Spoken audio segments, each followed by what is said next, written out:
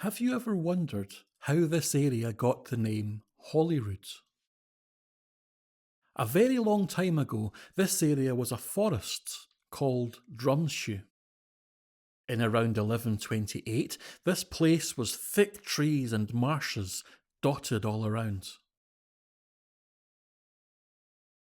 It was great for hunting with horses, chasing stags and foxes to capture them.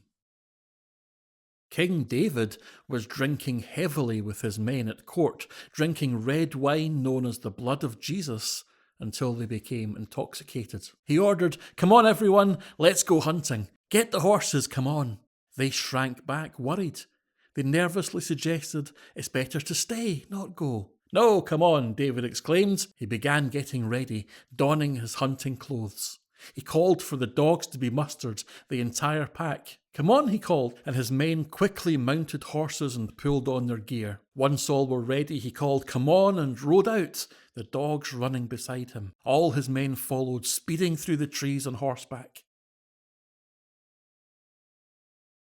After riding for a while, King David's horse leapt over a bush, flying high. Landing, the king was shocked. A stag, coming towards him, rearing its antlers. The king fell off his horse and landed flat on the ground, struggling to protect himself from the stag rearing above him. He continued to fight it off, but then he yelped with pain. The stag had gored the king's thigh. He screamed in pain, still trying to fight it off, trying to save himself. Then, out of the blue, he found he was holding a cross in his hand, a rood. The king desperately held it up towards the stag, confused about where it had come from. Then the stag's antler touched the cross, and unexpectedly the creature disappeared, vanished. It was believed that the rood held a fragment of Jesus' cross that he died on.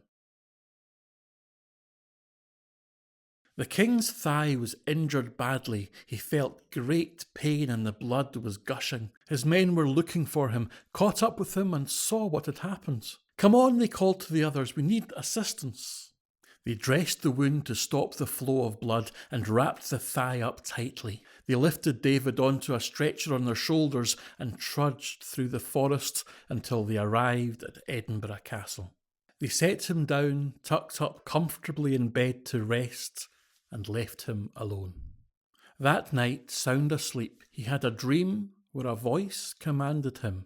"You must establish a religious community," the voice urged him. The sleeping king woke up, considered these words, and decided to set a fund to establish the abbey, which is just behind me. The name Holyrood is to give thanks for saving his life. And that's the legend of how the name Holyrood came to be.